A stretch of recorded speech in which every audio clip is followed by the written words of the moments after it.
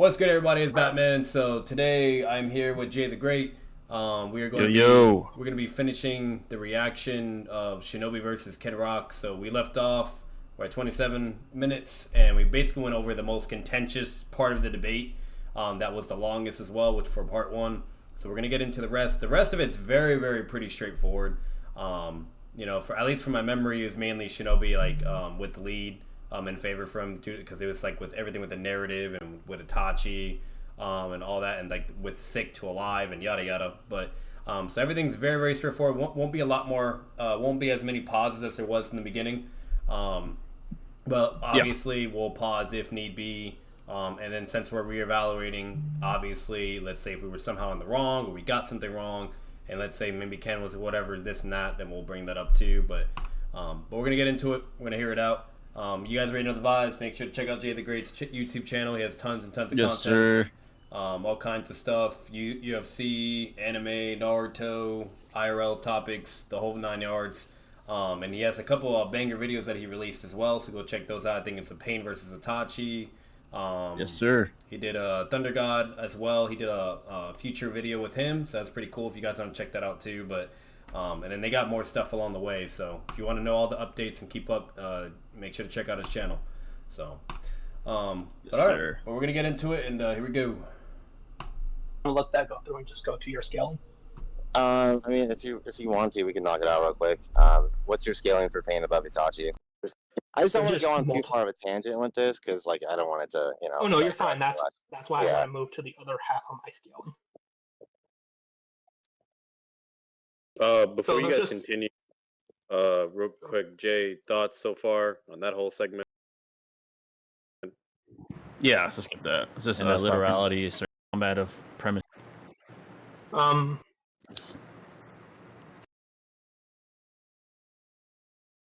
Does anyone have that statement from Setsu on hand? Oh yeah. I have it here. Kind of says his thoughts on like the whole situation, everything. So it's during that exact moment. So it's like right after. I mean, it only makes sense. You would have more chakra. You would have a longer duration. Or something? Well, it was a. I mean, it only makes sense. You would. So So Yeah. do you see those and Yeah, I see your scans. you see Yeah. those okay. So if you look at those that's 5 separate instances of 5 different people, not only characters, but even like the author stating that Pain is the strongest within the Akatsuki themselves. This would obviously include Itachi himself. Okay. Well, while Itachi was in the Akatsuki, he was sick, and this isn't the iteration of Itachi that I'm arguing for. So that kind of nullifies that Can you one. prove that Itachi would be stronger than that one? Stronger than him sick iteration. That's just That's where it just goes crazy for me. that's a poor sophist tactic. I was axiomatic. I'm gonna be honest. I was in disbelief when that was getting brought. I was like, oh hell no, they're about to really have to fucking talk about sick to alive, like Prime. It's a poor tactic, I'm not gonna lie. Yep. I mean, it only makes sense. You would have more chakra. You would have a longer duration in battle. Can you prove that he has like less chakra based off his sickness? Because the sickness could just be that he just like constantly has like a headache or something. Yeah, that's why he's fucking coughing out Well, it blood. was a chakra illness. That's the first thing I literally would have said to Ken. I'd be like, bro, a headache? The man was coughing out fucking blood, bro. What you mean? You should have just brought up the illustration of Sasuke versus Itachi. He's literally like shitting blood during the fight. That's all you have to do. Literally, I would bro. have destroyed that. And then not only that, Obito even said like that he prolonged his life like with his sickness by taking like medications and shit, whatever, blah blah. Because Yeah, literally. he knew he was gonna die, and you name it. So he had like a lethal fucking sickness. You know what I mean? Like, so we know that bare minimum, and we do know there's science in Naruto as well. And if we like basically correlate that to our world with someone having sickness and where you're coughing up blood, you name it, blah blah. Yes, you're gonna be way less fucking weaker than you being like fully healthy and prime and ready to go. I mean, that's just blatant common sense knowledge. You know, I can admit Shinobi could have done a better job destroying that ore tactic, but easily. He could have just brought up all the stuff with Itachi coughing blood. He could have brought up the statements that were mentioned about it, and then he also could have brought up science from our world, like when a human is sick or whatever, how it can affect our senses, you name it, etc. The whole fucking nine. You know what I mean? And then there you go. That's it. And it's a very quick, easy run through. You know. Exactly. It is an annoying and unnecessary rabbit hole, unfortunately. That Ken is fucking making, that he has to like kind of entertain or whatever, but even with the fact that he's entertaining it could have still been very short and concise for him to get that point instantly. You know, could have been refuted very, very easily. Yeah, so it's not like he would have to spend forever on that. You know, so yeah. So I mean, obviously he's not. I would like to see that if you don't mind.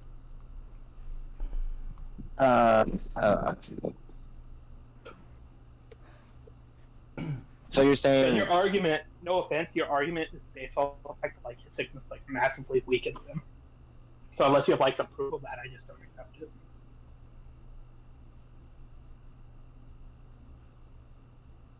Well, the thing is, we never saw Itachi at his full capabilities, so there's no real way to quantify how strong he is. I think we do see Itachi at his full capabilities. I mean, Obito literally says himself. So right there, and then I'm just gonna put this out there. Like that's a very bad way to approach it, in my opinion. When Shinobi, I agree. He's kind of like pseudo conceding in a sense, but not really. Yeah, he is. And instead of like engaging and just shutting that point down, you know, he's kind of just saying like he's bringing in speculation for something that's already being speculated in a different way of whether if he is really strong or weaker or not. And it's just not really a good way because it just kind of puts it more in the air and it further just establishes and makes kind of Ken's speculation a little bit more stronger, if that makes sense. Yeah, it increased the contentiousness of that poor, damn near absurd premise that he was presented in the first place. I'm like, dude, what? All you have to do is, like we said earlier, present the illustration of Sasuke versus Itachi, Obito's statement, Zetsu's statement of saying how he never gets hit by things like this. Yep, like, that it's too. It's an extremely easily refutable premise, but he's like, oh, we just never see. Like, a second he says that, he's already pseudo conceding, like you said, and it makes the premise that Ken presented actually have some validity because he didn't attack it the right way, to be honest. So it is what it is. So yeah. If he wanted to kill Sasuke, he could have. Data book supports that. That's fine, but he also has scaling to the Kirin, which Itachi just flat out says could have killed him, and he needed the Shushino to deal with it. Yeah, he's sick. Okay, so this seems longer than Itachi. He's fucking sick. That's why. All that means is he has reaction time to like lightning. That's all it is, really, which isn't really that impressive, honestly. Yeah, Itachi doesn't have anything impressive for him. No, I'm saying even while sick, he can easily, almost pretty much blind for that matter, just react. Why to would lightning. any of these things slow down his stats? Because his vision is constantly getting blurry, he's disoriented. He has to strategically utilize his abilities correctly because of the limited chakra he does have. I mean, again, he doesn't. You just have shit chakra anyway, and blind people can still move at full speed. So you can't quantify how strong Itachi is either, though. It's like just I mean, it's weaker than Pain.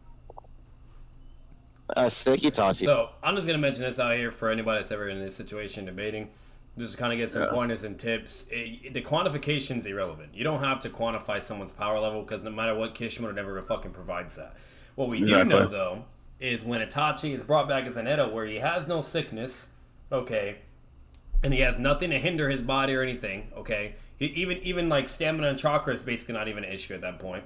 When he's brought back as an Edo, he's a fucking monster, okay? He's over here contending with KCM level scaling. He's fighting, you name it, shitting on Nagato, whatnot, you know, backpacking Killer Bee and Naruto. The guy was a monster, you know what I mean? Then he's over here shown to fight against Sage Mode Kabuto.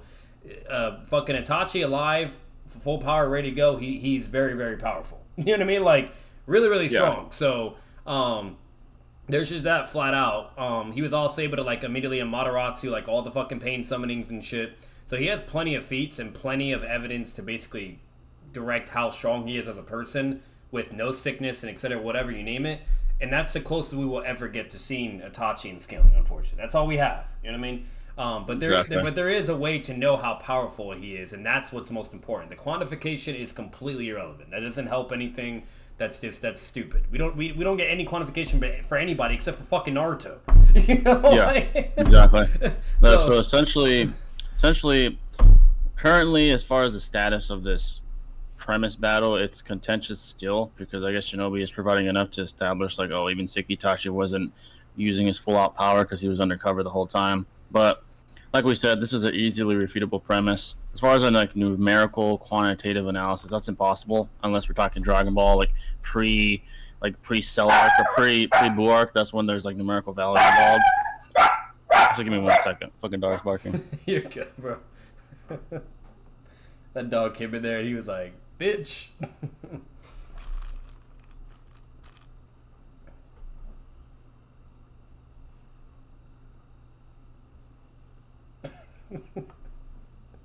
Oh shit, that was funny.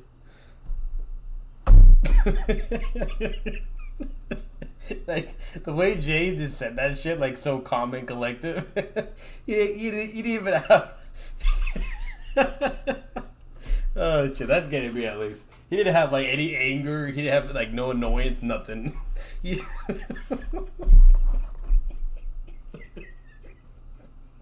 Alright, now I should shut it up now. No, you're good, bro. I was over here fucking dying and laughing from that because like the way you said that shit, you were like so calm and collective. Like there was no anger or annoyance. That shit just got me and started making me laugh. Anyways, I just turned around and started fucking barking. But yeah, like unless we're talking Dragon Ball, there is no quantification taking place. So I would simply say that all Shinobi had to do was establish like a qualitative analysis and discrepancy between sick Itachi and healthy Itachi. Yeah. And he could have just referenced the Edo statements that have been made, such as Madara saying we're virtually at full power, Haruma saying we're virtually at full power. Yep. And that would have established that healthy alive iterations are above that, at least in terms of tangible physical attributes. But again, he didn't do that. He made it contentious enough to where he didn't lose, but yeah, he certainly could have battled that poor premise really like much better. So yeah, I do know eventually he brings up Edo Itachi and all that, but just the way from my memory, the way he engages it and then kind of like moves forward, it wasn't that strong. Unfortunately, it was still given contentious value. You know what I mean? Yeah. But either way, let's get into it. Perhaps, yeah, but I'm not talking about healthy Itachi would be stronger than weak Itachi. That's crazy. Based on what we saw from the war compared to what he did as a sick iteration, yeah, I could show that. He said weak Itachi too. Yeah, you're not wrong. Really weak means, dude.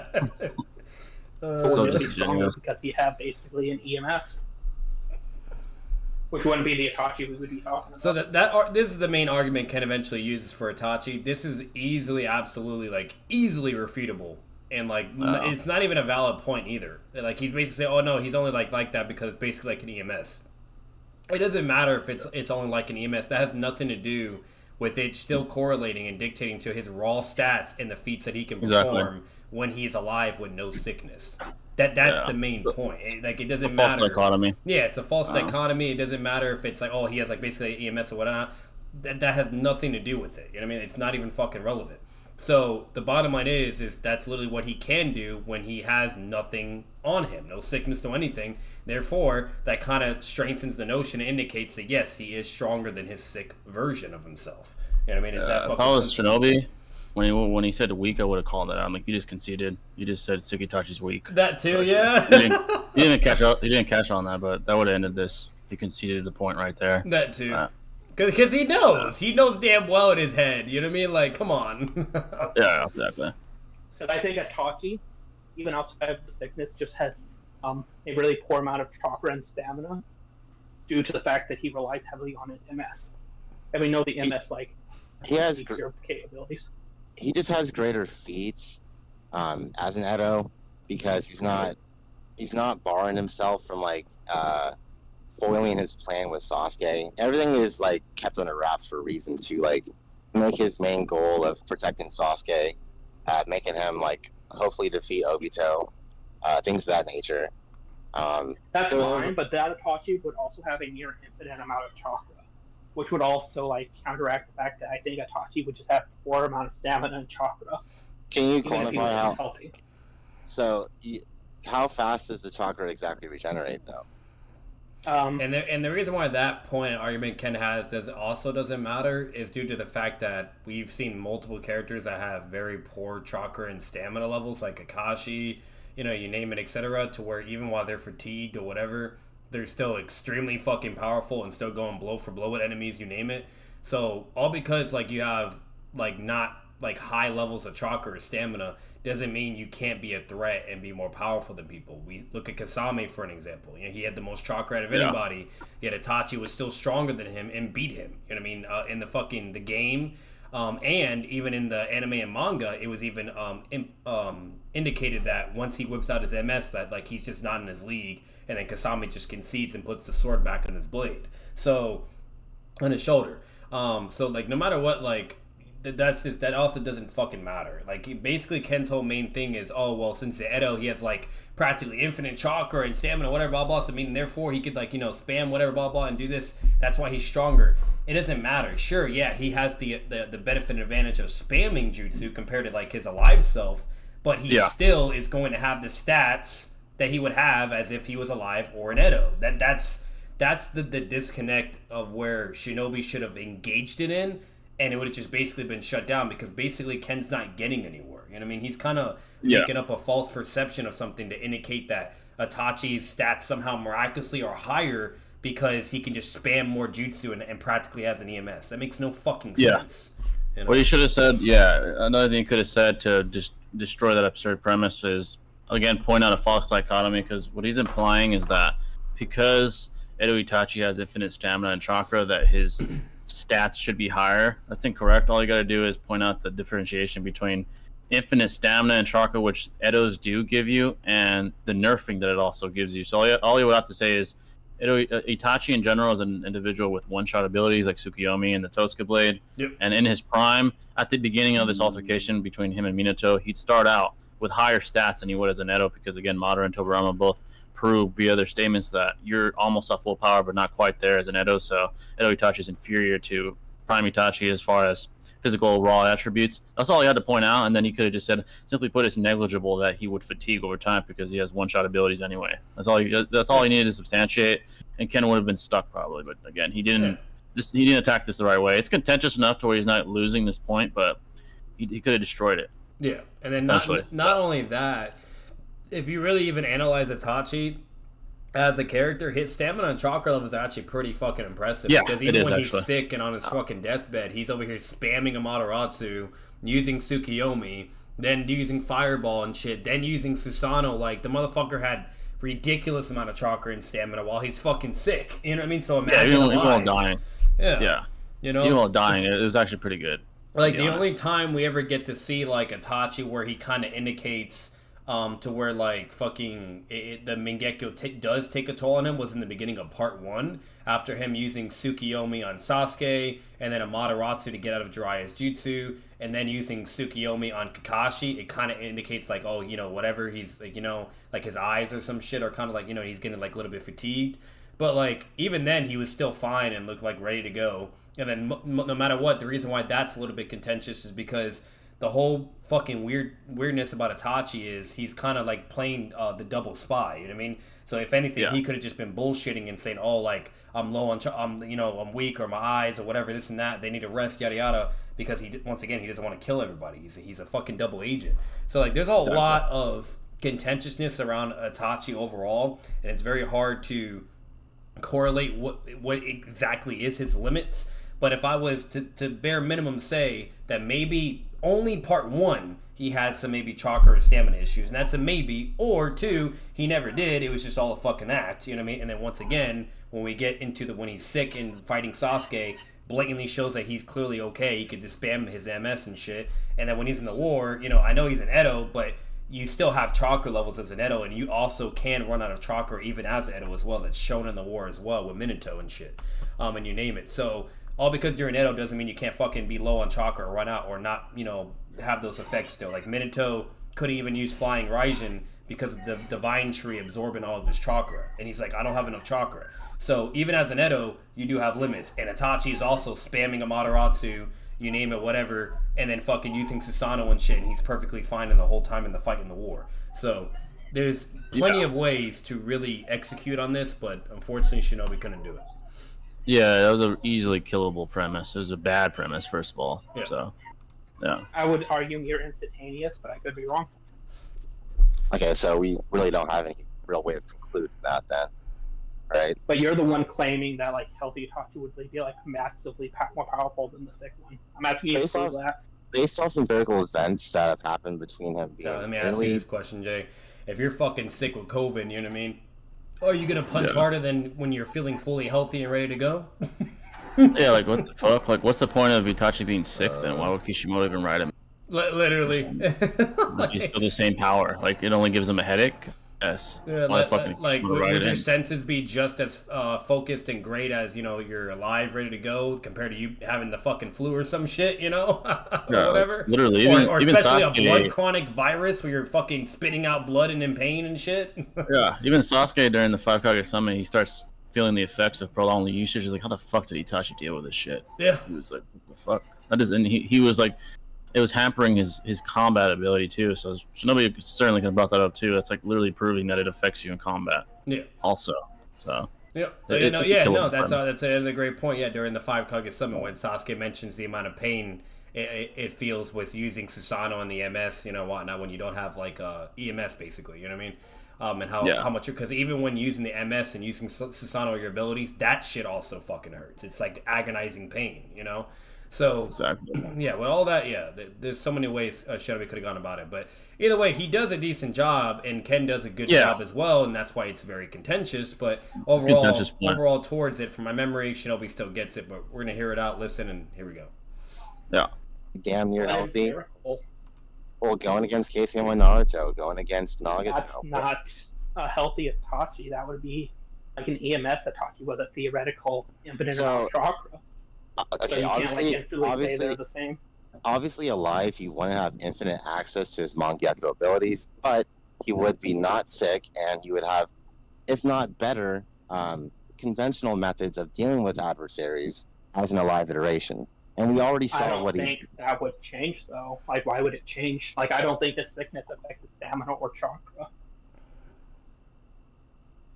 Well, again, there's no real way to quantify how strong sick Itachi would really be, and... Well, no, because we're talking about healthy Itachi. You're saying healthy Itachi would be better than the sick Itachi.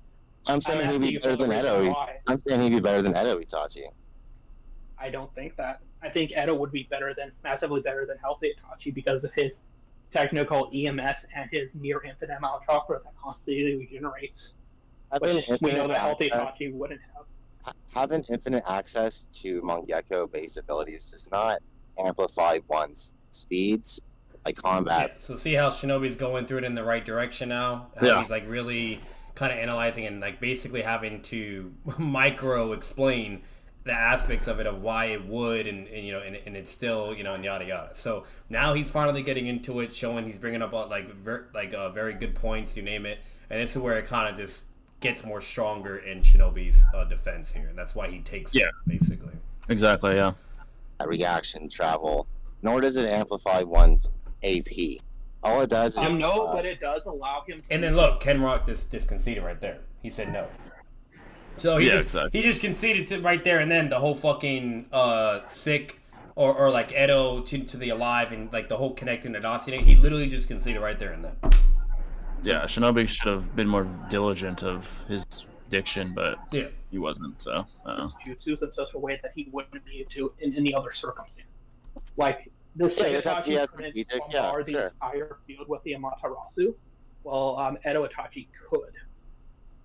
Edo Itachi could theoretically hold up his Kushino forever, while a theoretical healthy Itachi wouldn't be able to because of the chakra and how much it would hurt him. Yeah, so I agree. He wouldn't have stamina per se as Edo Itachi, but again, that doesn't affect his tangible assets or his AP. And Ken already agreed to that. So. Yeah. So basically, Shinobi has this. Ken already agreed and conceded to that. Yeah, that's what saved him. Him bringing this up saved him in this point, because it was so close that if I were listening, when I was listening time and again, I was like, Ken might win just because he's sort of. Speculation, yeah, stronger. Be sophistry, but when he brought that up, he took it. Yeah. So. I'm saying it would.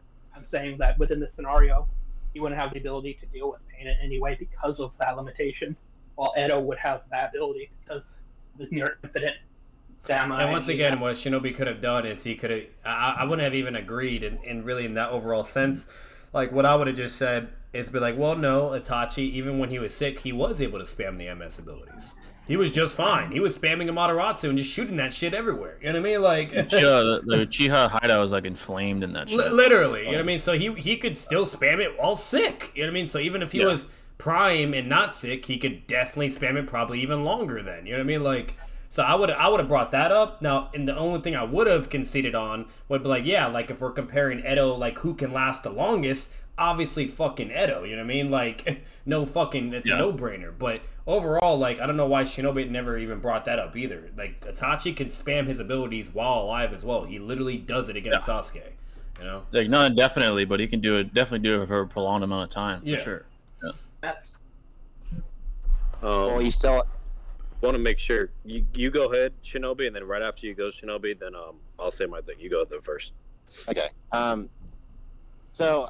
as a healthy iteration of himself, he still has access to his Mangekyo abilities. He still has Tsukiyami. He still has Amaterasu. He still has like his speed, things of that nature to combat pain. He doesn't need infinite access. The point of Itachi is when he battles someone, is to end that shit real quick. You know, he's not there for a long fight. Like that's not his motive. You know, so that doesn't really matter if he can't go as long per se. That's not really how he battles in the first place. All right. So before you respond to that, Ken, I'm just gonna say one quick thing because I don't want this to continue to go circular. To me, that healthy Itachi is faster, has more chakra, or has more stamina than the sick Itachi. Then there's no reason to deduct that there would be a difference between the combat skills of healthy or sick Itachi. So the end results would be the same regardless.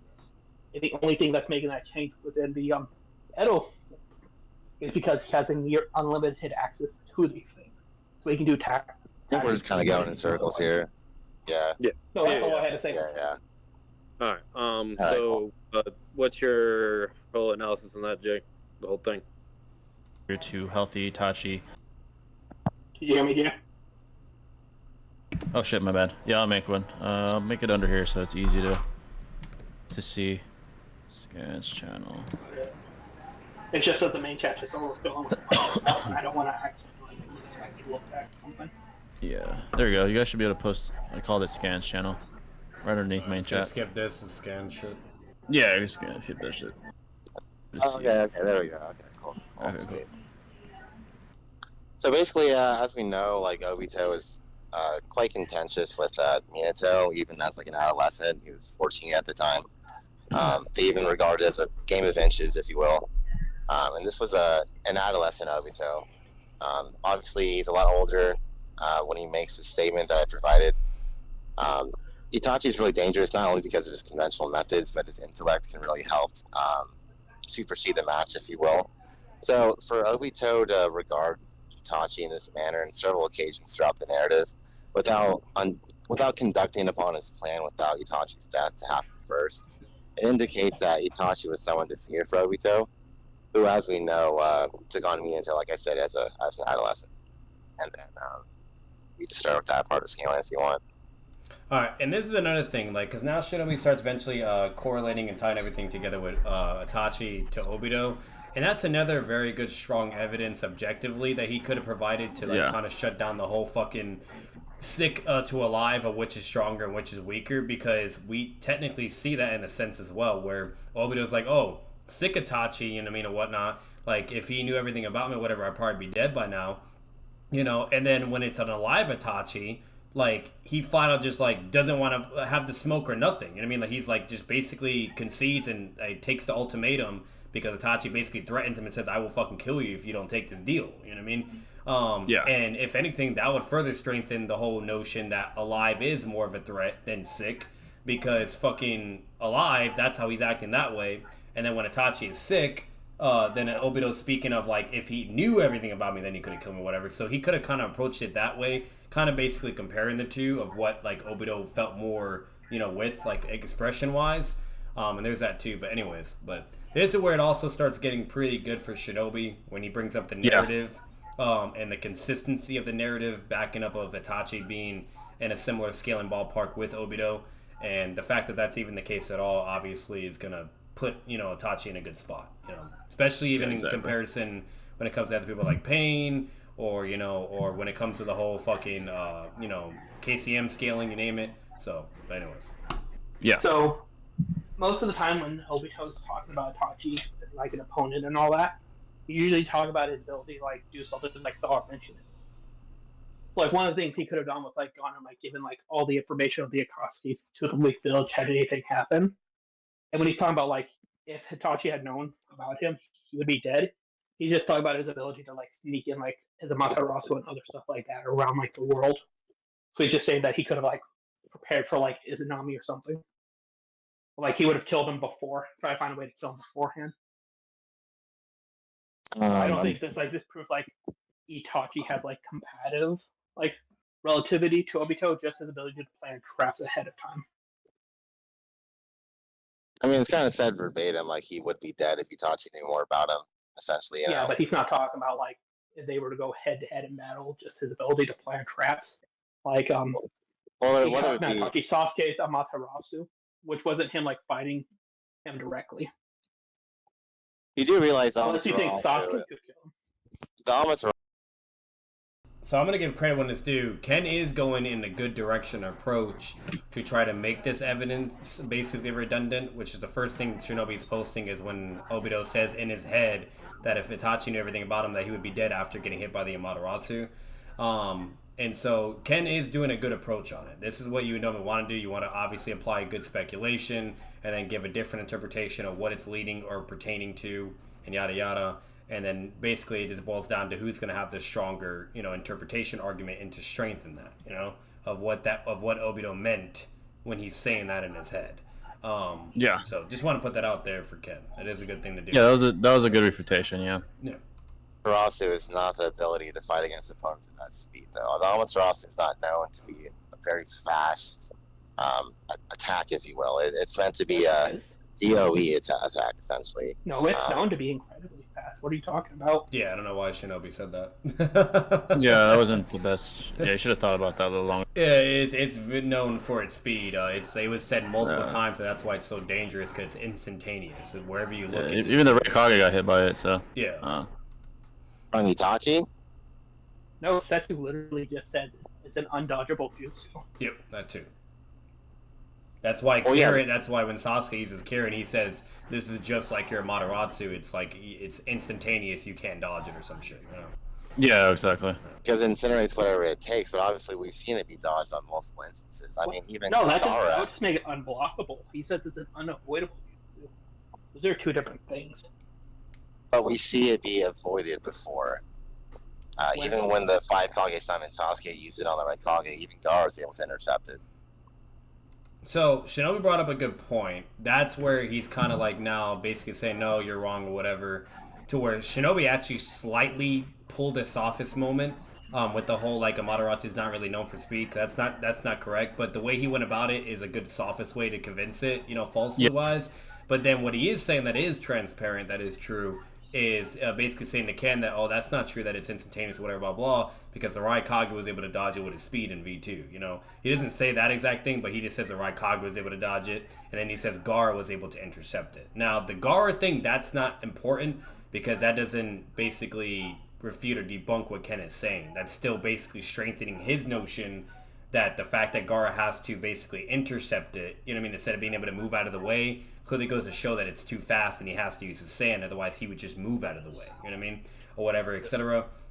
Obviously it boils down to how you're arguing that too, because then again you could just be like, well, in character Gaara never fucking moves, he always uses his sand, so who cares, right? And if Shinobi argued it that way, then it would further strengthen the notion of like that Amaterasu can be dealt with and it's not really fast or whatever, some shit. That's basically what Shinobi's trying to do right now, Yeah, it came down to like this complex hyperfixation on semantics, specifically unavoidable. Like they're trying to prove like hyper literally that it's either not or is. And Shinobi did okay, like you said, the V2 dodging Amaterasu, Gaara, Sand, which is a little like debatable whether that was actually unavoidable or simply blocked by Gaara, Sand. The Gaara thing's the contentious one. The Raikage isn't, though. That was good. Yeah, Ken could have just said it was blocked. It didn't say unblockable. Well, he did kind of say that, but he said it's not unavoidable. It still hit something. It hit a Sand. He could have said, he kind of said that. But yeah, the V2 feat kind of just it kind of refuted the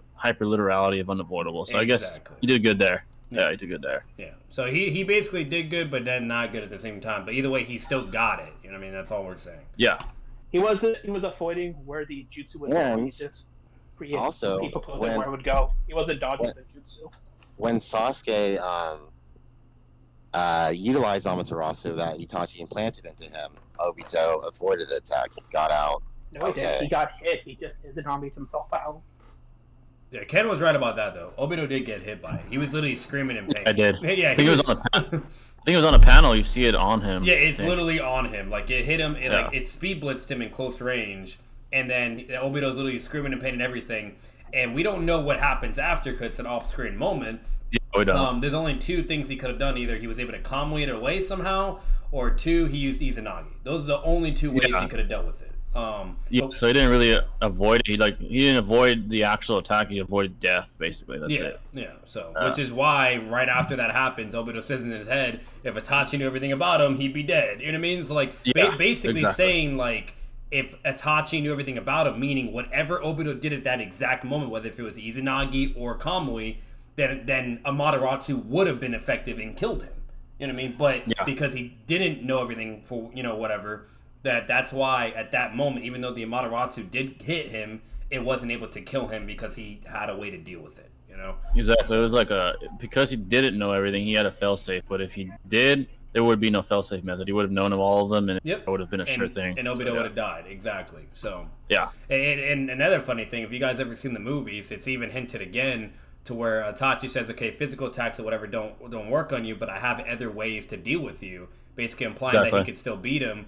And one of those methods would either be Tsukiyomi or Amaterasu. That's the only thing I could think of that Itachi would do, or maybe even the Totsuka blade. You know what I mean? There's some arguments that since it's spiritual, whatever, and not physical, that meaning Kamui wouldn't necessarily work. Who knows? But that's a whole other can of worms. But either way, what's it called? But yeah, that was brought up eventually where they're about to fight again. And what does Obito do? He concedes. He's like, man, even in this world, you're a pain in the fucking ass, and then just leaves and doesn't even take the risk of fighting Itachi. So. Anyways, he's Izanami himself. Yeah. No, not Izanami. He calmed himself. Sorry. Yeah, so he avoided the attack essentially. He came out of. Still got hit. He avoided it by definition. No, he just managed to block it. So when you say unavoidable, it means when a hit, whatever. Avoiding would mean that you can't be cut. It's like not. Like dodgeable. Yeah, them arguing semantics right now was so stupid. Yeah, they're so both wrong. Essentially, Ken could have just said he avoided death. He didn't avoid the attack. Yeah. That's what he should have said. But sorry, it's not unavoidable because Obito had got tagged by it. He just managed to get out of the attack. Just because Zetsu says it's unavoidable doesn't necessarily make it true, though. It's not like he's the one who has Amaterasu. I don't see why he has such credence in his statement. Zetsu has been around for the entire Shinobi world. And he was talking to himself, so why would he lie? And also, when Itachi, uses Amaterasu on Sasuke, it gets avoided by the Fireball Jutsu, so... That's so ratty, though. When Itachi utilizes Amaterasu on Sasuke, he avoids That's not even how that goes. Like, they both do Fireball, and then Itachi does Amaterasu to win the fire exchange. Yeah, look at it engulfs the fire style. Literally, yeah. So. No, he was already using the Fireball Jutsu. Either Shinobi just misremembered, or he was being a rat at that moment. He was trying to do some payback to Ken or some shit. Yeah. Fireball. He utilized Amaterasu intending for it to hit Sasuke, but it didn't. Therefore, he avoided it. He used it to take care of the Fireball Jutsu that he was losing. Correct. Yeah, but he still avoided it. It doesn't matter if he utilized the Jutsu or not. He himself avoided the attack. Sasuke was not the target. How can you avoid something that wasn't intended to hit you? What else was he using it on? He was using it on the Fireball, like I said. So just super quick recap. So I'm just gonna say that right now. Ken is definitely winning the whole he didn't necessarily avoid it in the semantical value because they're either blocking it or whatever, or it's shown that this and this and that, whatever.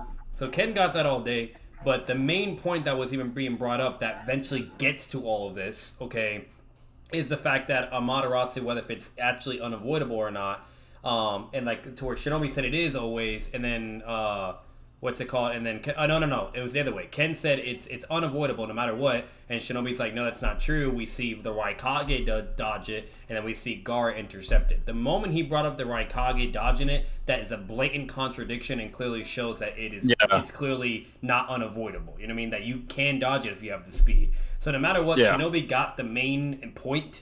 That's all that really mattered, and it should have just been dropped right there and then. But then it started diving into different territories of semantics and whatnot, and then it went into the whole blocking and that type of semantic bullshit, and that Ken does have. But once again, to the main point, that Ken didn't get. Shinobi did get. Yeah, he won the point because of that, but Shinobi kept feeding into this semantic contention. It was kind of strange. You could have just said, "Oh, you refute what I just said about the Raikage," but he didn't bring that up. Yeah, literally, that's all he had to do. That was the most important thing. So, but no matter what, Ken is getting this half of the semantic battle. He is. Sasuke was winning. Okay, what about?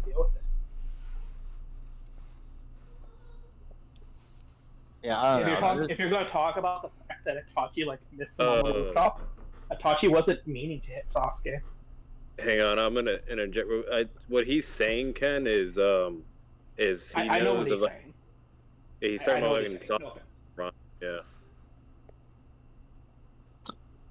I mean, point is, there's points where Amaterasu gets absorbed. I mean, there are multiple instances where Amaterasu doesn't always get what it's intended to. So that the only times it doesn't is when we get into the 6th path level characters. And that's just because Itachi has not to them. They still avoid it. That's the point. Well, it always hits the target. It just usually has to be blocked. The only time that we if it intends to hit someone and was it doesn't, because he was dodging where it was going, not the actual jutsu. Okay. Well, I think we've tackled this point. I don't want to digress too much, but okay, that's fine. So, just for clarification, real fast, just because I feel like it got lost. My main point there is that Itachi isn't relative to Obito because of any combative capability, but just because of his ability to plan to fast to kill. Yeah, so you're saying his jutsus can scale to Obito, but not necessarily his stats, his body. Correct. Okay, cool. And then Shinobi, his whole I'm just gonna read was based upon Obito in relation to his intelligence. They were trying to get the upper hand. And then Ken's like, I know. And that's another thing too that I'm just gonna mention real quick for you guys. The fact that Ken basically eventually came out with what he was mainly saying, that still technically proves that Itachi scales to Obito because it's his jutsu activization. You know what I mean? Yeah. And all because, what I'm basically saying is, even if, let's say, somehow, some way, Shinobi failed on Itachi not being able to scale in stats and physical combat as well, which he doesn't from my memory, but we'll eventually further conclude that to make sure he does that as well. But either way, even if he didn't get that, the fact that Ken conceded right there and then, while with me reconfirming what he was mainly arguing, okay, he's basically saying that Itachi's jutsus can fuck up Obito. So, okay, that's fine. That means Amaterasu is Tsukiyomi, then GG. You know what I mean? That doesn't help. Yeah, it doesn't really help, because if you're slower than someone and your neurotransmitter insufficient and adequate to hit the other person because theirs are faster, then that wouldn't matter anyway. So doing that. Exactly. Now, if Ken argued in a way to where, his jutsus can't be used because, Itachi's, your synapses and everything, he wouldn't be able to fly or whatever, and Obito would just speed blitz before he could even do his ability, then there you go. That would actually be a very good argument. But if you just say only Itachi's jutsu can fucking fuck up Obito, and that's it, okay, that's actually not good for you, because then basically that's within the air where Itachi can just use jutsu and he's dead. That just means he could do it to Minato. Yeah, literally. So yeah. All that means. So that I'm just bringing that up because Ken should have done a better job on that, because once again, with all of that just being discussed and basically just finished, Ken is still in a bad spot. You know what I mean? Yeah, so, Shinobi should have called that out too, but he didn't. So yeah.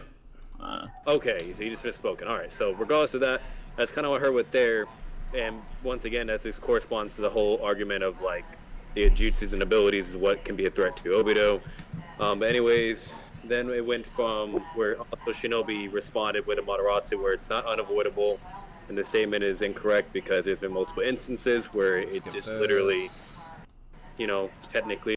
Minato speed scaling, and then I can provide some examples of Tachi faced off against someone of that speed as well, with the Hokage Minato as a 14-year-old child. Okay. And so if, a little bit more. Technically avoiding whatever blah blah because they're still getting hit, but they're blocking us out, yada yada yada. That's what the whole thing was. That's what I basically got from here. We can move forward unless you guys have anything else. Yeah. Continue with your scaling. Tell me why Tashi's greater than Minato.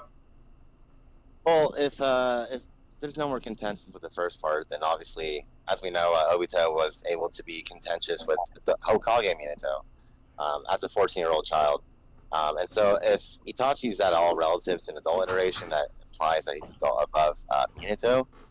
And as I provided earlier, we know Minato's speed scaling, and then I can provide some examples of Itachi faced off against someone of that speed as well. Okay. And then there's also real fast. Yeah, go real ahead. Fast while you say that, I'm going to go ahead and disregard any of the Obito So scales, just to be really quick on that, of what Shinobi just said in the recap, is basically Minato fought Obito when he was younger, Yellow Mask, right? And then then there's narrative implications and scaling and whatnot, and references of Itachi scaling to Orange Mask Obito, which is an older version, meaning technically strong or whatever you name it, meaning he should be slightly over Minato. That's basically his main scaling thing right there and then. Then he said to further substantiate that, he already provided one of the previous evidence, which was in the last video of the Raikage, the data book statement, you name it, all that, and the whole KCM.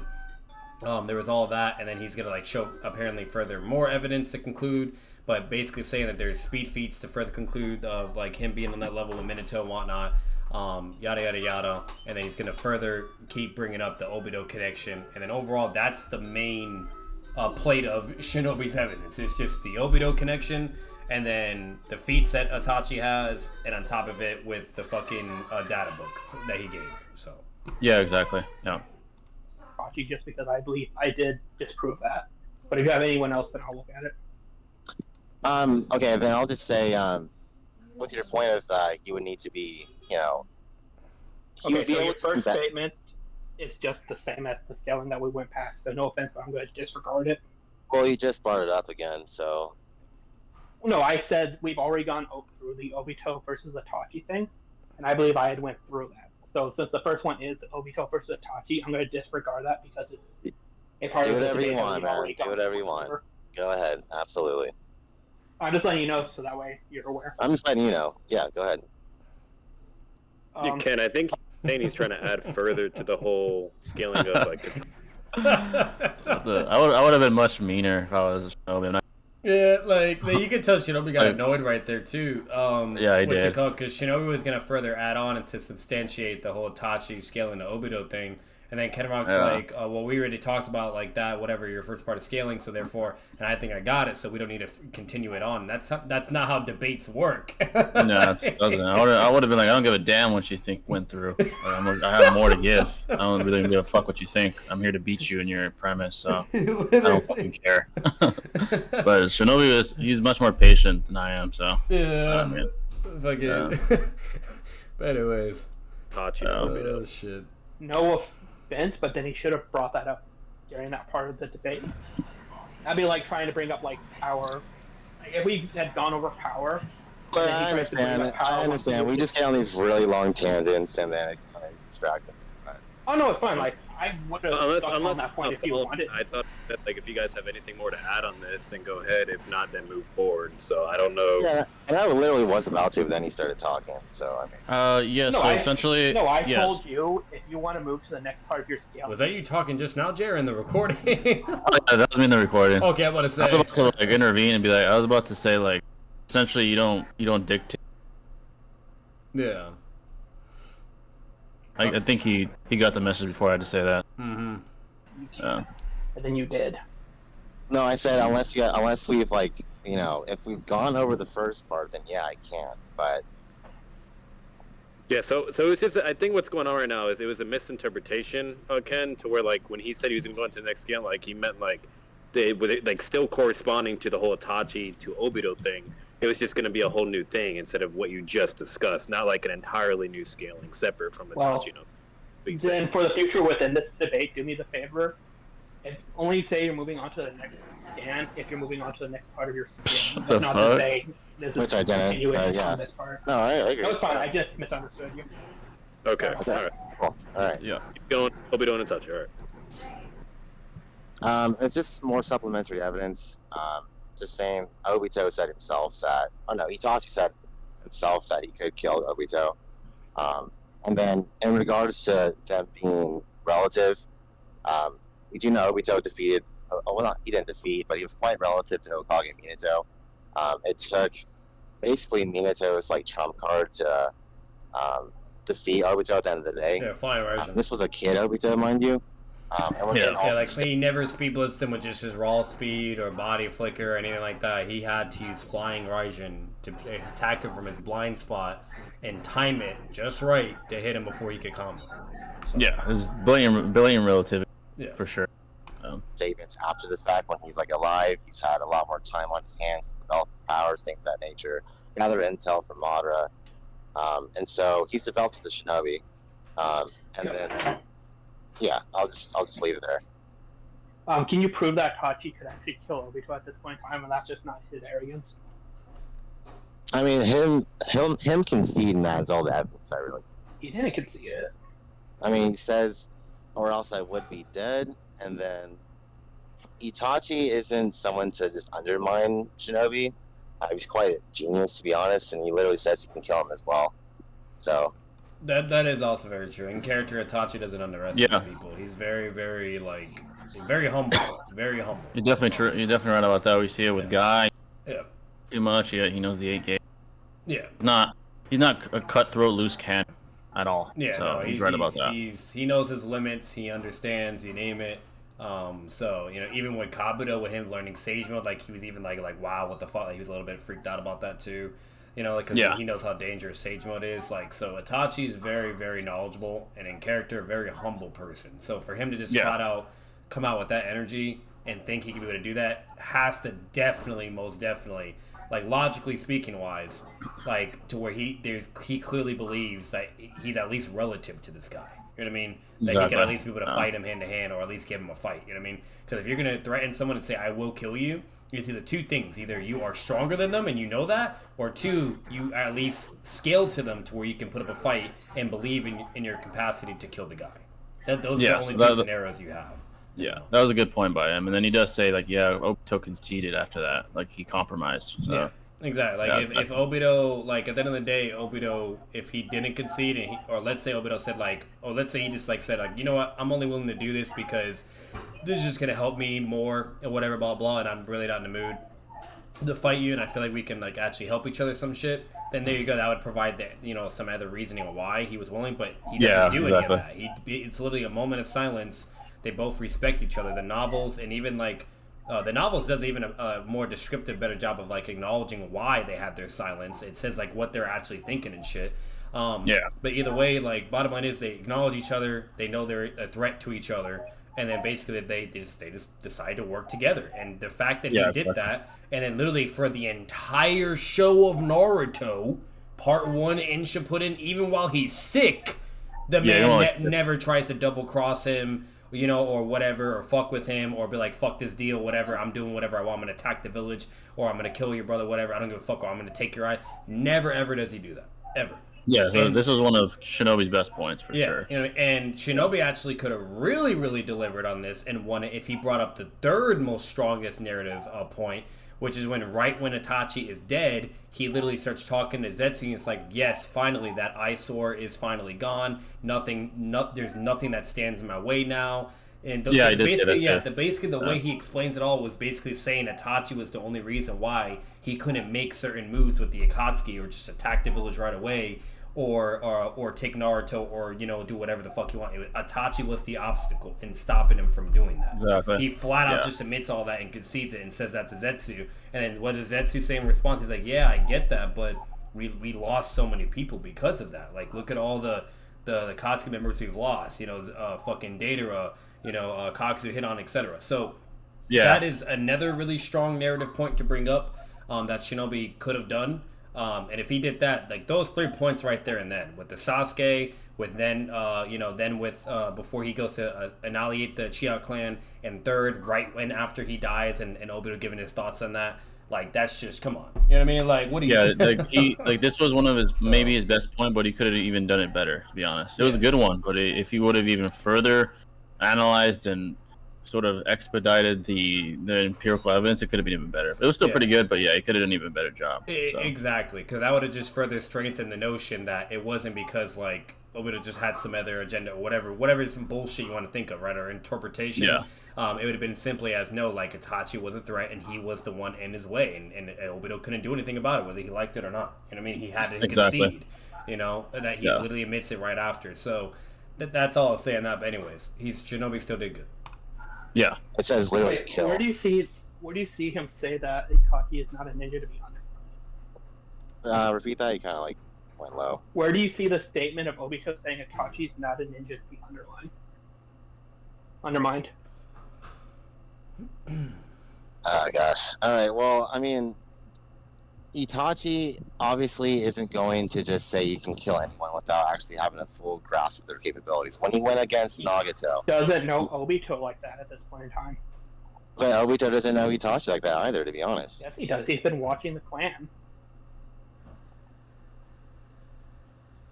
Obito didn't even know about that. Obito didn't even know about the test. Yeah, so what Shinobi's doing right now is he's not really doing a good job at this point right now. And once again, he's kind of pseudo conceding again in a way.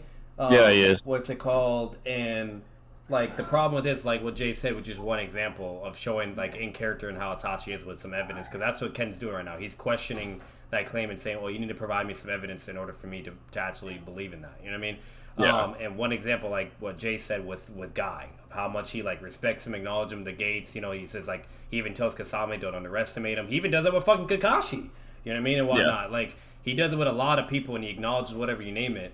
Itachi is not just a guy to just say shit for no reason. There's plenty of examples in the narrative that shows that in character attribute that he has. You know. And if I'm not mistaken, I'm pretty sure he asked Itachi like, "How do you know about him?" He's like, "I've been." Or some shit, so I think he did know about him. So yeah, Shinobi didn't bring that up, and that too. Yeah, Shinobi did a bad job because Ken basically said like Obito does know him, and then Shinobi didn't do that. Like, and he didn't even bring that up. If anything, yeah, Shinobi said like they don't know anything about each other or some shit like that. You know what I mean? I'm like, that's not true. Itachi knew about Obito. He literally told him to his face that I've been watching your moves and spying on you. Name it. I've been seeing everything you're doing, and with everything I've been seeing and observing, are you Madara Uchiha? You know what I mean? Yeah, that's exactly. Literally what he just flat out says, you know. And then he, after all that, they talk whatever, and then he just flat out then threatens him, and then basically says, "Here's the ultimatum. If you don't take it, we're gonna fight." I mean, while thinking he's Madara, you know? Yeah, literally. He still thought he could kill him. Literally, you know. So like, is yeah. So I doubt he. Wait, why do you know he doesn't know about the toast? Because that's who didn't even know about it. He didn't know that he had it, but that's kind of irrelevant at this point in time. He didn't know he had those spirit weapons, and obviously Zetsu is the intel guy. That's fine. Once again, I'm going to ask why Itachi knows that he can kill Obito. Well, he says it verbatim. He just says that if Itachi had known more about me, I would be dead. Which, like I said, just his ability to set up traps and stuff like that. Well, Itachi has. Point again. Yeah, exactly. Yeah. So, like, unless you can prove to me, like, verbatim, like, Obito, like, you're like direct combat with Itachi. I don't see why Obito has any. I don't see why Obito has any reason to just say that for no reason. I'm not saying he did, but I'm not saying he's saying it in regards to combat. And I don't think you've proven that. You have to be competent enough in conventional methods to, like, even if you're smart. Ken's saying basically hasn't shown or whatever, and Shinobi actually has. Shinobi brought up with Minato as the fourth Hokage fighting Obito with the yellow mask. Shinobi also brought up the whole thing with the Edo feats, you name it. He also brought up the data book with the fourth Raikage not being inferior to Yellow Flash, whatever, to try to substantiate that Minato, even as Hokage, is KCM1, you know, yada yada yada, and that he's not just a stronger variant or whatever. And that's basically the whole thing. He's brought up all those references, So he actually has. And then if you connect the dots and correlate that to Itachi, therefore it technically would go through in a sense, and it makes sense, logical sense and scaling wise. You know what I mean? He has actually done that, and it's just that simple. Like, Ken's basically asking, oh, you need to show me right now of like Itachi fighting Obito in order to prove that. He doesn't have to show that literally happening. He's actually showing that by providing all the reference points and connecting all the dots and scaling. If we see Minato as the 4th Hokage fight Obito as a Yellow Mask, who was younger in the past, you know what I mean? And then we see all this other evidence, and we see Itachi, you know, with all his feats, you name it, whatever, and then we see Itachi in comparison to Obito that's older, arguably more stronger as well, and being comparable in the narrative implications, etc. Therefore, yes, it would make sense for Itachi either to be in the same ballpark or to be slightly over. So, yeah, exactly. But I don't know why Ken keeps saying that. But smarter than someone, and you have the tactical advantage, you need to have adequate abilities to like accentuate that. Essentially, if you don't, then your intellect doesn't mean anything. And so basically what Shinobi said right there, and then think of Batman. You know what I mean? In order for you to execute your contingency plans or whatever, blah, blah, you have to have some form of scaling, right? Think of it this way. Like, if Batman is trying to use kryptonite and Superman or whatever, on a bloodlusted Superman or mind-controlled Superman or whatever, you know what I mean? And he tries to do that, okay, cool. Kryptonite sure is a weakness, but if he can't at least scale in a sense to deliver and execute the plan, then he's fucked. You know what I mean? Like, he'll just die or be speed blitz every time. Or if he was fighting like the Reverse Flash, you know what I mean? Like, if in order for him to do his plan or do whatever, he has to scale in some sense, right? So that's just kind of how it works with fucking characters. Having a plan or whatever you name it is going to be completely irrelevant if you can't scale to the person. There's no way for you to enforce it, basically. So that's what. Yeah, that's a good point. Yeah, that's a good point by Shinobi. And just think about it, Obito's not scared of Shikamaru. He's like the most intelligent being on the planet. He's not scared of his ass at all. It doesn't matter if he's fucking smarter. He'll never get close. Yeah, so. Because he doesn't scale at all. Yeah, in another example, Shikamaru, the reason why he was so successful against, because Shinobi could have brought this up too.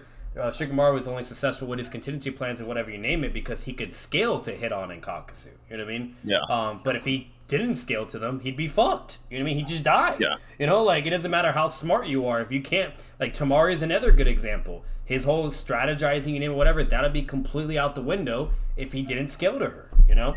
So intelligence doesn't matter, you know? Like Shikamaru's father being the smartest guy on the planet, even against Pain, he's like, nah, we don't stand a fucking chance. Like, we need to let Naruto take care of this. Yeah. We're fucking liabilities. And they're the most intelligent guys, like, on the face of the planet, so literally intelligence and everything. Yeah. So it's not everything.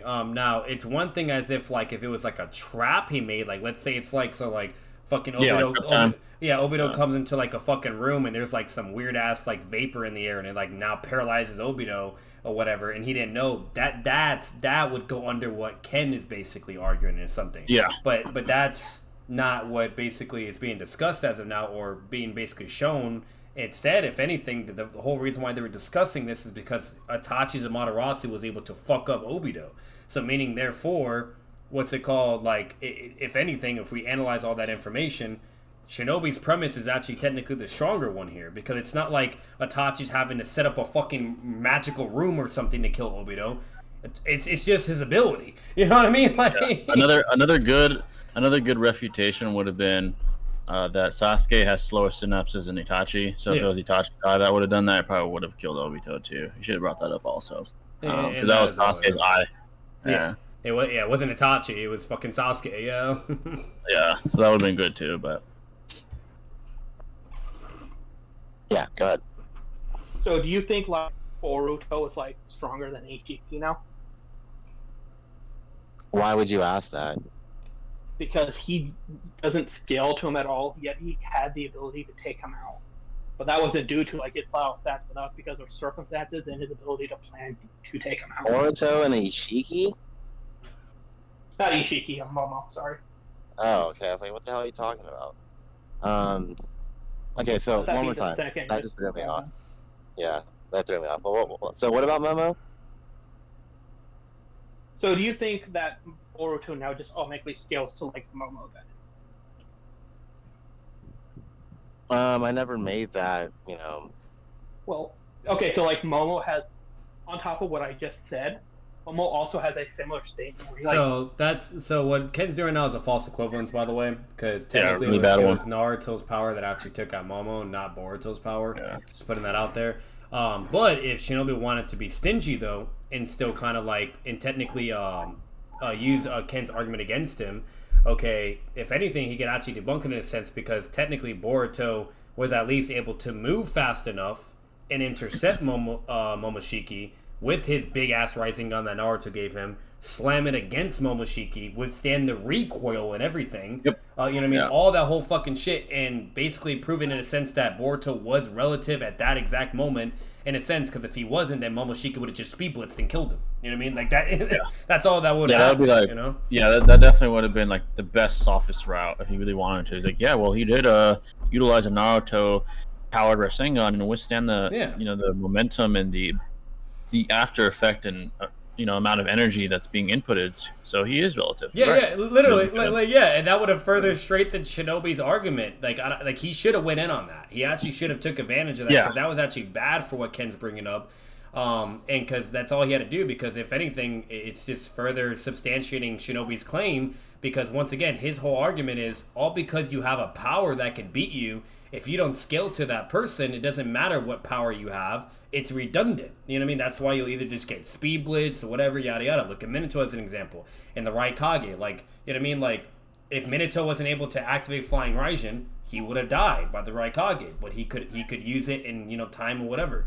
So meaning, therefore, Shinobi actually could have easily turned his argument against him and just actually analyze that Boruto to Momoshiki moment and be like, like Naruto gave him a Rasengan, he hold that shit, didn't get blitzed, he charged at Momo charged at him, they both hit each other with the fucking Dragon Ball Z Kamehameha moment, basically. He would stand the force, blah, blah. So yeah, he is relative, proving that you have to have skilling to initiate that power. That's it. So, yeah, that would have been a great way to counter that. Yeah. It says like Boruto's like a god now. Well, Boruto essentially is like a Jinchuriki. Once he gets like a Tsuki fight enough, he's going to be stronger than Momo. Just because it's kind of how it is. Like, you're stronger than like your tailed beast, quote unquote. But basically, what I'm saying is like characters can like admit that other people are like powerful and could be a threat to them, not necessarily because of combative capabilities that they have, because of outliner factors. In this case, it would be Itachi's intelligence and his ability to plan around certain events. Okay, I got you. Yeah, the only problem I have with that is it makes with this sense. mentality, like Jay said too, that means Shikamaru's the strongest. Yeah, I guess he's the strongest in Naruto. No, I wonder why he didn't beat. I wonder why. How many times he gets beat up, or every time he does shadow possession on someone in Boruto, like it just gets immediately dealt with. That fucking Kinshi's like a retard. He just swallowed it like it was nothing. Literally, he did that shit on Kawaki, and Kawaki just absorbed it and said, "Don't touch me with that shit, bro." Like, Kinshi is a fucking retard. He just absorbed it like nothing. Oh man. So Momoshiki, and it makes sense. That's all I was saying. We'll just keep letting this go. Like Shinobi, once again, Shinobi could have done way better and just shutting this shit down completely. Yeah. So. Okay. Yeah. Do you have anything else here, or? And then let's just go over the other scans I posted finally. Basically, this is Itachi being able to combat KC1 Naruto, both in taijutsu and reaction speeds. And mind you, this is a base Sharingan Itachi while he's in Edo. Okay. So the Monk Gecko grants the user, faster reaction speeds. And again, as an Edo Tensei, he'd be weaker in conventional methods than in a live iteration. So can you show me both those things real fast? The Monk Gecko statement? I'll take both, yeah. You have the Monk Gecko and the idea that... Does anyone have that on hand by chance? I don't have that on me, but... I have one, but I don't think it's the one you're looking for. I have the one from the Daylight novel. Another quick tip: always have all the evidence you need, guys. Whoever you're fucking talking about, arguing, do not have anything, even if it could be something small, or even if it could be something that's generally even common knowledge.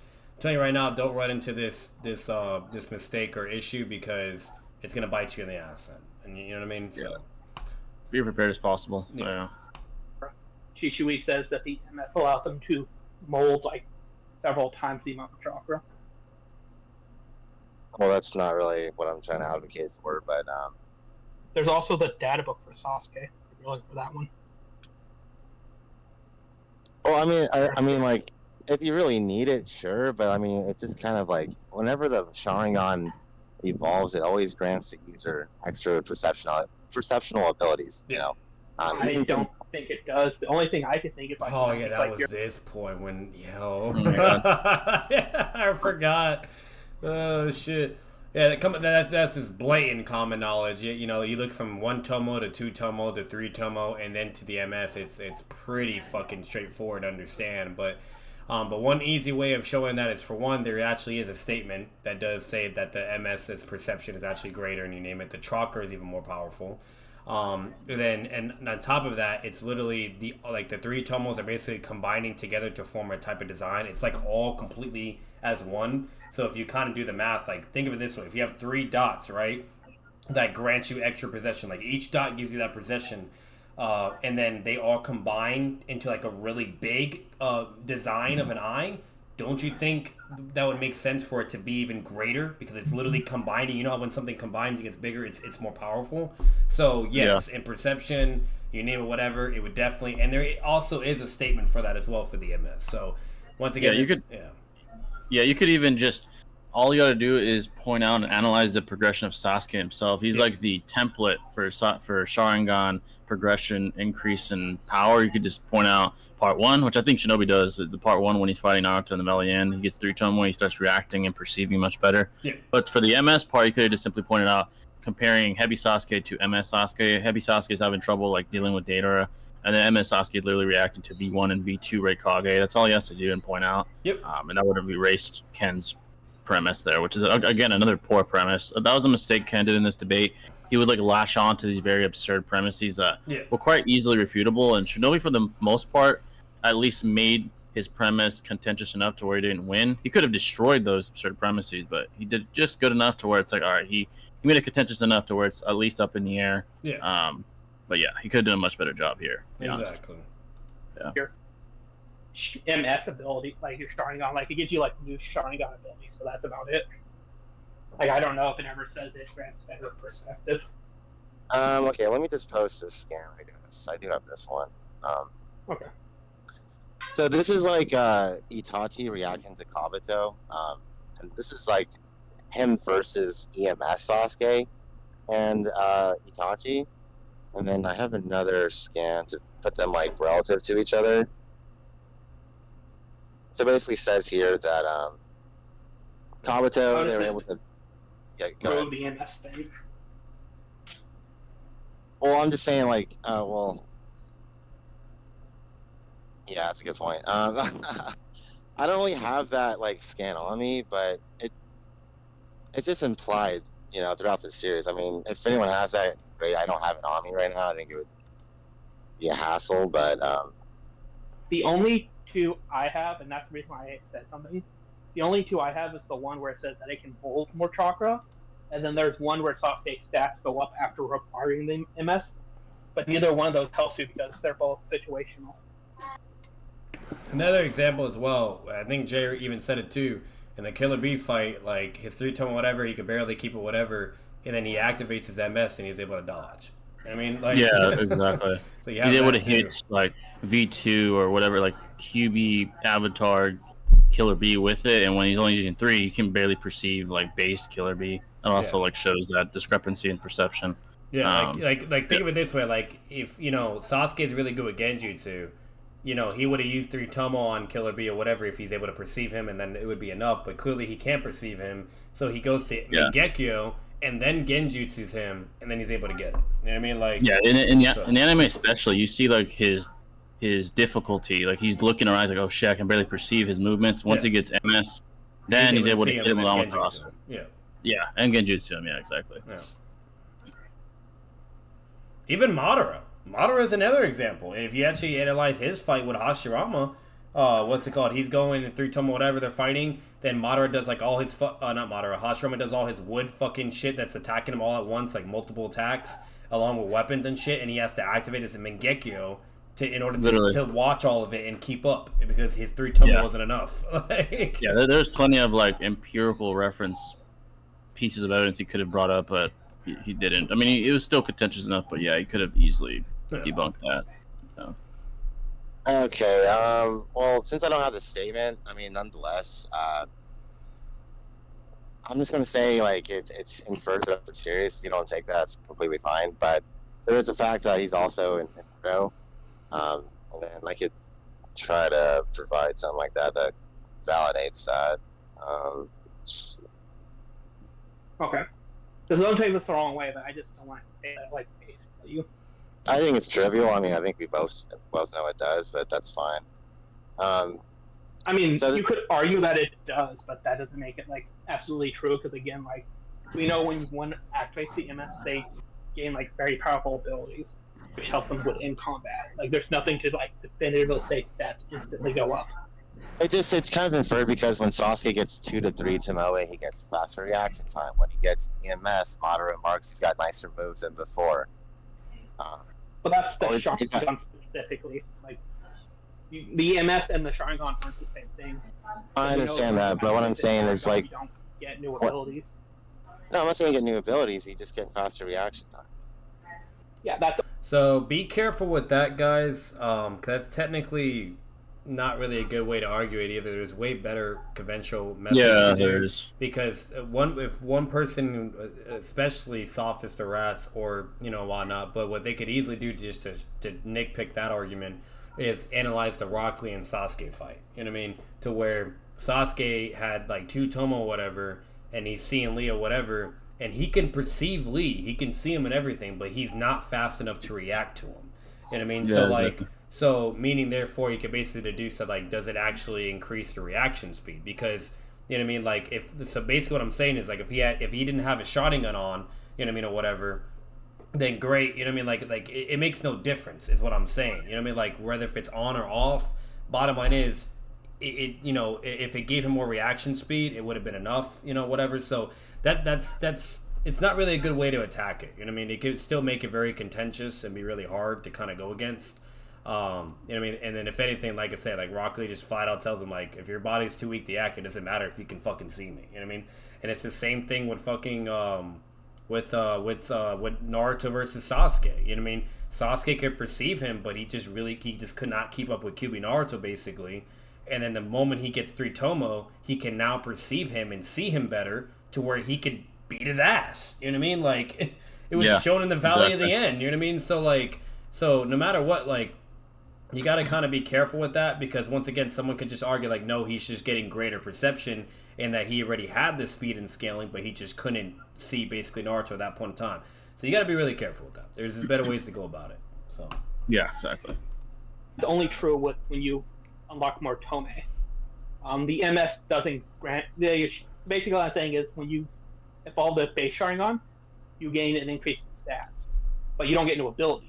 When you increase to the MS, you get new abilities, but you don't get. You also gain reaction with the 3 Tomoe as well. Well, that's just increased stats. Okay, so well, let's just go into the other scan. It's just basically posture. Yeah, but quick FYI, there are many statements you can use to try to substantiate that notion that whenever you're using the Sharingan, you know what I mean, whether your Tomo increases or Mingekyo, that it does increase your stats and etc. There are ways to argue that and really strengthen that notion, but Shinobi just doesn't have it and doesn't do it. So yeah, there's a plethora of methods or feats, even. But he feats, doesn't. He doesn't bring them up though. But yeah, exactly. He's regained his past strength when he finally gets to that. When he finally faces him again. This is Madara, who was reanimated by Kabuto. So even customized version of Madara that was reanimated wasn't as strong as he was when he was alive, essentially. And again, this is like Madara, this is like Kabuto. And that's another thing too, which I don't know why Shinobi doesn't bring this up. Itachi had his MS on the whole fucking time against Kabuto. He wasn't even using Susanoo or his abilities. He just had it activated. You know what I mean? Like, he wasn't just keeping his 3 Tomo on. He had his MS on. Yeah, exactly. It just further substantiates that. So Itachi basically believes he needs to have his MS on in order to fight this opponent, Yeah. So, and even with Kakashi, like, Kakashi's over here equal to Kakazu with just a 3 Tomo. He then even says, like, I would have had to use the MS in order to deal with Kakazu and beat him. Basically saying that he needed Mingekyo's Sharingan in order to like then get the advantage and have the advantage over stats and beat his ass or just calm him worst case scenario. So fine card. So even though Madara is just massively powerful, how does this prove Itachi was weakened? Because he's an Edo Tensei as well. I mean, just because one's true doesn't mean both are true. One apple can be rotten and the other one may not. You can have two apples, one apple be rotten, but that doesn't make the other apple rotten as well. It's just because they're utilizing the same. Just assuming. He's utilizing the same jutsu on both. So now they're talking about Edo's. Ken's basically speculating whether if all Edos work the same, whatever. He bringing up the analogy of apples. That's a horrible analogy. It's a false equivalence, and what's it called? And bottom line is, this is very easily debunkable as well. Yeah, that was probably the worst analogy. Yeah. Yeah, that was awful. I don't know why I did that. Toby Rodman remarks this as well when he's like close to his like original power. It's just and that's all Shinobi needed right there. There's one reference. He could bring up more too if he wanted to, but that right there just flat out fucking refutes Ken. So. The Edo Tensei always needs to infer to be arbitrarily weaker than we see it blatantly with Hashirama and Madara too. Like Madara goes from being fucking pinned down by the Divinity Gate or whatever to where he becomes alive and he's able to fucking break that shit and lift it off his back. Literally stronger than. Yeah. Live iteration. I can't quantify that. It doesn't really matter. And you can technically quantify it in a sense because if you analyze the word by definition close to their original power, that means they're either 90% or 95% away from their max power. So that'd be like can. You know what I mean? Like it'd be like 90-ish, like around there. Yeah, like obviously we're not gonna know the numeral value of it, but we do know that the fucking spectrum of it. You know what I mean? Because close, if you look up the definition of close, you know what I mean, it just says it right there and there for you. Like it's not saying like midway, you know what I mean, or average. It's not saying like fucking far or anything like that. No, it's saying close. That's a very important word, close. Yeah, exactly. So. Can you prove that's true for all the Edo Tensei? I think. Can you prove that's like? If I remember correctly, and I can try and find it, but you can't with Itachi.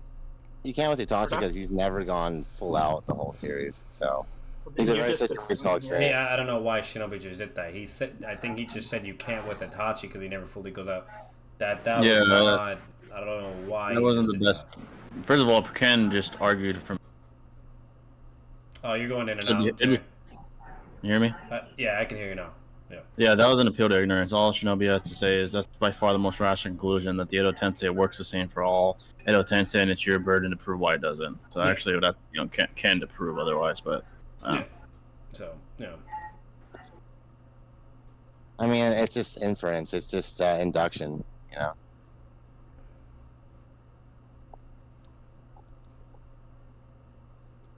So even though it's arbitrary, he would be able to at least react to KCM1 as an alive iteration, especially with this Mangekyo out. And that's where I scale Minato to. So he'd be able to react to anything that Minato does against him. And bottom line is, this doesn't even fucking matter technically because it's going back to Itachi. And I don't know why Ken's even trying to deliver on this because bottom line is, even if like Ken won that for a moment, then basically meaning that it doesn't apply to Itachi and that meaning Itachi's at full power, that still doesn't, that's not bad because that just still goes to show that Itachi at full power has defeats for KCM scaling. You know what I mean? Like, so I don't even understand the whole point of that. Like because Shinobi basically was bringing up, it made sense for him because he's basically saying like he's not even at full power and he's over here pulling these feats. You know what I mean? So like, yeah, exactly. You know what I mean? So that's good for Shinobi to say, but like, but either way, even if Ken somehow got that, like, it still doesn't really help him. You know what I mean? It's still his full power. You know, it would just be that. You know what I mean? Still would have lost, yeah. That's just nitpicking shit when you don't need to. Keep going. I'm listening. Yeah, and then if they're relative in speed, he can block any attack. Doesn't matter how powerful it may be with Yadamir. He can use Genjutsu because they're relative in speed, in which Minato has no tool to utilize to get out of that. And it doesn't matter if he doesn't have enough of a duration in terms of stamina. He has the abilities at hand to endly quick the battle. How are you getting Itachi relative to Minato? I'm saying Itachi's above Minato. How are you getting there? Because Minato is relative to KCM1 Naruto, and we saw what Itachi did to KCM1 KCM Naruto. Naruto is weaker than Minato. Well, I've already done my speed scaling with that, so I think I don't think we should have to argue over that again. Oh, that's fine. So my reputation would just be what I said earlier with my KCM scaling.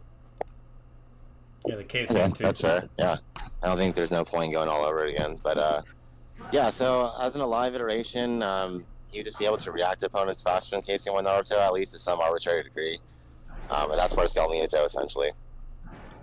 Okay. So is that and I'm just asking this just so I know what's going on. So is this the entirety of Itachi being over Minato in conjunction him being relative to KCM Naruto? Well, there's also the matter, like, he's also obviously an Uchiha. He has, like, I'm sorry, I'm going to stop you real fast. I'm just trying to make sure I know which part of the scaling we're on. That way I don't do the same thing I did earlier where I try to, like... Yeah, this is kind of like... Yeah, this is kind of just like a speed scaling kind of thing, to prove... But is it Itachi being greater than Minato and therefore being relative to KCM1? Yeah, I'm saying Itachi's over Minato, alive, who's relative to KCM1 Naruto, correct. Okay, I just wanted to make sure that was the part of scale. Okay. And then, so there's also the matter of, like, if they are, relevant speeds, or at least Itachi would be greater to some arbitrary degree, at least hypothetically healthy and alive, there's a matter that he has, like, Genjutsu, and that would force Minato to not look at him directly. Itachi also has Genjutsu where he doesn't even need his ocular prowess. He could just use, like, his finger, for example. And so there's nothing to say that Minato has any Genjutsu resistance, unless he's, like, very vastly above them in speed to, like, not be in the line of trajectory with the jutsu at hand. So he's hindered by his lack of vision, and that would definitely, like, be a handicap in this situation. And even if, like, he was somehow immune to Genjutsu, right? There's nothing he can do to, like, get past the God immune or bypass the reaction speed of Itachi to manifest Susanoo in the first place. Yeah, so yeah. So the first thing I'm going to say for Genjutsu 1, I don't think... Okay, so this is where they eventually start talking about all their jutsus and abilities and how that would interact with each other. So, which, in my opinion, doesn't really matter. And the reason why is because it basically boils down to who won the scaling. You know what I mean? Yeah, exactly. What's it called? So, overall, when it comes to the scaling, you name it, I do think, once again, just listening to it for a second time, third time actually, that Shinobi definitely got it. He was able to basically get his scaling through for Itachi basically being relative, and if as long as he's relative, then therefore, he could be able to utilize his abilities, Susanoo, etc., and then basically Minato's just put at a severe disadvantage. You know what I mean? And then he'd basically be defeated. And that's basically what you're working with, and with that in correlation to Obito, to like a stronger Obito, whatever, that meaning he should be actually slightly more stronger than Minato and whatnot. So meaning, therefore, if he has all that, Itachi should just basically be able to win. And even if it was just relativity, bare minimum, then it just boils down to the jutsus and all that and whatnot. And I'm sorry, like, me and Jay don't even have to go over that. Shinobi just had that flat out. Like, there was even a point where Ken, like, didn't even bother to get, like, a refutation scan for the Genjutsu part. He just let it go through. He just conceded it for Genjutsu being a win con. You know what I mean? Like, so, like, whatever. So no matter, so, like, when it comes to Itachi having Susanoo and then Genjutsu as a win con, you name it, whatever, blah, blah, all this stuff, or even the whole handicap thing, like, bottom line is, like, it's that Shinobi had all that, so even with the jutsus and abilities, like, Ken is just fucked. You know what I mean? Like, there's no way for him to really come on top of it. Like, the only way he would have been able to get it is if he was able to win the arguments when it came to the jutsus and abilities, but he wasn't able to do that. And the fact that Genjutsu can be a win con, Minato's fucked. You know what I mean? He just gets Totsuka Blade then or something or whatever. Or the fact that, like, with the whole handicap thing where Minato can't even like look at his point. He has to like look at his body basically and react accordingly. The only one that's able to fucking do that without any fucking drawbacks or effects is Guy. He's the only character in the fucking show that can actually do that. You know what I mean? Like nobody else has anything remotely to prove that they could. You know what I mean? You could always say argument of ignorance to that, but you know, at least basically it's going to be very hard for the possibility of that. You know what I mean? So no matter what, like Shinobi just starts strengthening further, even for all the jutsus and it makes sense. Like Uchihas are really broken. You know, like having genjutsu and all this other shit, or where your opponent can't look at you in the fucking eyes and all this other yada yada yada. Like the only people that have ever looked in the fucking person's eyes was someone like Hashirama or Naruto. Because they're just built different. You know what I mean? Like, exactly. They're just fucking built different. It don't matter. You know what I mean? Like, so technically for Naruto, it doesn't matter at all because he could just get breaked out from Kurama. And then Hashirama, I guess he was just so fucking strong, he could still react in time even if he gets put in a genjutsu. You know what I mean? Like, yeah, he was just different. So essentially, like Batman said, the rest of the base not even did. It's negligible because Shinobi won the speed scaling anyway, and if you're faster than someone, genjutsu wouldn't matter because you would just react before they can fire the synapse. But like we said, Shinobi won that. Yeah. And basically it came down to Shinobi providing empirically based substantiated premises and Ken doing little to none of that. He only extrapolated and referenced maybe one or two scans, not very many at all. The rest of his premises were speculative based, like speculation based, and those are more flimsy and falsifiable, and that's why Shinobi in the end won. Yeah. Now, as far as like the substantiation battle, it was close. Very close. Obviously, from our reaction, like we said, it was close. There's like even points where Ken was coming through with it, you know? Yeah, like the sick versus healthy point, KCM2 versus Minato point, or Itachi point, whatever. But because Shinobi referenced and like he cited empirical evidence, his stuff just went through more times than Ken's went through. Yeah. And that just goes to show who had the better premise as well. So in the end, Shinobi won because of that. The only thing that I guess I could say, the part that we're not going to watch, was the Yotamir discussion, where Ken argues that the Yotamir could be teleported away, and Shinobi just refutes that with the databook statement that the Yotamir erases all meaning of all ninjutsu, whether physical, spiritual, etc. Ken actually tried to retract that when we were judging it. He said that he never said that, but he did. It's in the recording. If you guys want to watch further, he says, if Minato wanted to, he could just teleport it away. So he actually lied about that, which just further is him conceding to that point, because Shinobi refuted it pretty well, which is a little disingenuous, to be honest. But yeah, he tried to retract that. I was like, no, I even said no. He did say that, and it was a fact you did. It's recorded. So yeah, Shinobi won.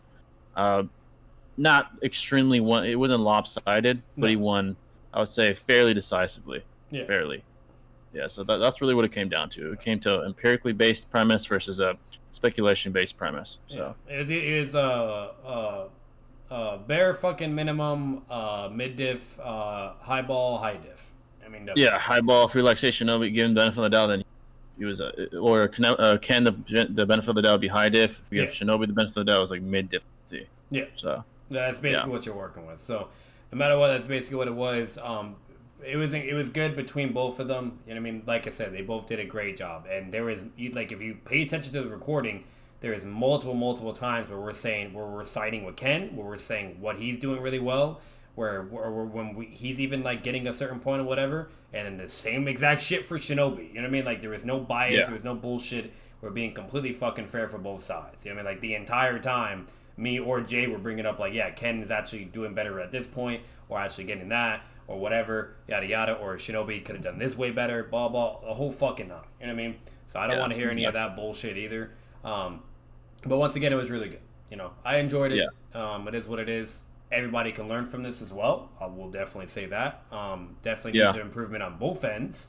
And then no matter what, for anybody, you know what I mean? For me, for Jay, for Eddie, it doesn't, you know what I mean? Nobody's fucking perfect, you know? Like, If I had to give critiques to both, for Ken, I would say don't hyperfixate on poor premises like sick versus healthy. Like, the terms themselves are axiomatic, and Shinobi was bound to win that. So that's one of the main things he did wrong. It's like playing a losing game. You know what I mean? Like, I don't know if it's I don't know if his I guess reason for picking these poor premises is arrogance. Maybe he thought he could get away with it, which he clearly didn't. Don't do that. be as intellectually honest as possible. Sophist tactics only work to a certain degree. If you start trying to argue absurdity, like, oh, sick actually doesn't mean you're weaker than when you're healthy. Like, that's just a purely absurd premise, and the very term itself is contradicting your premise in the first place. It's oxymoronic to say that. Oxymoronic statement. So I would say don't do that. Bring more, I would say, empirical evidence for your premise. Don't be so willing to concede just because you think you're right. Like, oh, I'm just going to disregard that. No, that's not the way it works. You're not the judge or the moderator or the audience. We are. So that's a little arrogant as well. So that's what I would say for him, to really work on that. Shinobi is just further substantiating his claims and also listening more carefully to his opponent. There's a couple of times that Ken worded things incorrectly, and technically Shinobi could have bounced on that. Like when you said weak Itachi, when he was referencing sick Itachi, that literally proves Shinobi's whole premise about sick versus health. He could have pointed that out. When he was talking to you, and when he was talking to you, and you said you differentiated jutsu and combating ability, Shinobi could have said, "Oh, you just conceded there." There's a bunch of things he could have done and to further win more decisively. So I would say substantiation and his diligence. And I had to re-clarify because they were both being so fucking vague. You know what I mean? That was the only reason why I had to re-clarify certain points, to kind of make sure what it was. And if they weren't, then, you know, at the end of the day, let them go. It's their job to debate. You know what I mean? But if one of them does concede to the re-clarification, then there you go. That's what they were, you know, basically arguing for, you know? So, you know, but yeah, like, and that's basically the general consensus of it, guys. So no matter what, it's pretty good, you know. Hope you guys enjoyed. Let me know what you still think. If you guys still think, at least some of you still think that Ken got it, then I don't know what to fucking tell you at this point. You know what I mean? The ones that are saying Ken clapped, all I can say is cope. Yeah, cope. Like, just cope. You didn't. Neither one clapped. If you say neither one clapped, you're fucking. Like, literally, like, it's just so fucking dishonest. Like, the fact that anybody's even over here sitting for either side, you know what I mean? That, somebody's like, that's just fucking so goddamn dishonest, you know what I mean? Yeah, it's extremely dishonest, and just keep coping, because that didn't happen. Literally. And then for anyone that says Ken got it, whatever, I'll give you this. It's at least understandable because there was a lot of contentious value, so I'll give you that. But once again, when you really analyze it and hyper-focus on the main important parts and components of the debate, Shinobi definitely got it. There's just no way. You know what I mean? Like, I'm sorry. Like, you guys saw us reacting and stopping and the whole fucking thing. Like, come on. You know what I mean? Like, so if you still think Ken got it somehow, whatever. You know, you do you. But from our lens, objectively, and you name it, from everything that was here, like, it should be pretty clear that Shinobi got it. You know what I mean? He definitely did. So. Yeah, he did. But anyways, I'm going to end it here. I know this recording is already going to be as long as it is, but I hope you guys enjoyed. Make sure to leave a like, comment your thoughts down below. As always, subscribe for more content. Subscribe you guys to the channel. Make sure to give all the love and support for Jay as well. And, you know, till next time, guys, we'll have plenty of more debunks, reactions, debates, you name it, etc. along the way. And just a reminder, in September, me and Jay the Great will also be having some fun as well. So, yes, sir. That'd be pretty cool to do and whatnot. He's taking Sasuke, pre-absorbed. I'm doing Kakashi, Pain Arc. And just gonna have fucking fun with it and basically do the best I can. Sasuke is in my opinion, is definitely the more stronger and valid. But the problem with me and Jay is we just basically, for the majority of it, we haven't found anything to where we just disagree. For the majority of it, we just mainly agree with the same fucking scaling. So it's really hard to find something. Something to actually disagree on. Yeah, something to actually disagree on or whatever. So that's why, unfortunately, it is what it is, and we just basically came to a topic that I'm like, you know what, I'm just gonna play advocate for this, because since it is contentious in a sense, I feel like, you know what I mean, I could at least argue for it, you know. But that'll eventually happen. That'll be really cool, and it'll be pretty interesting, because I do think that topic is contentious. But if we were applying some transparency, Sasuke most definitely more than likely takes it, in scaling wise. So. But anyway, so if you guys look forward to that will eventually happen. And yeah, that's about it. Batman out. Sure. Peace.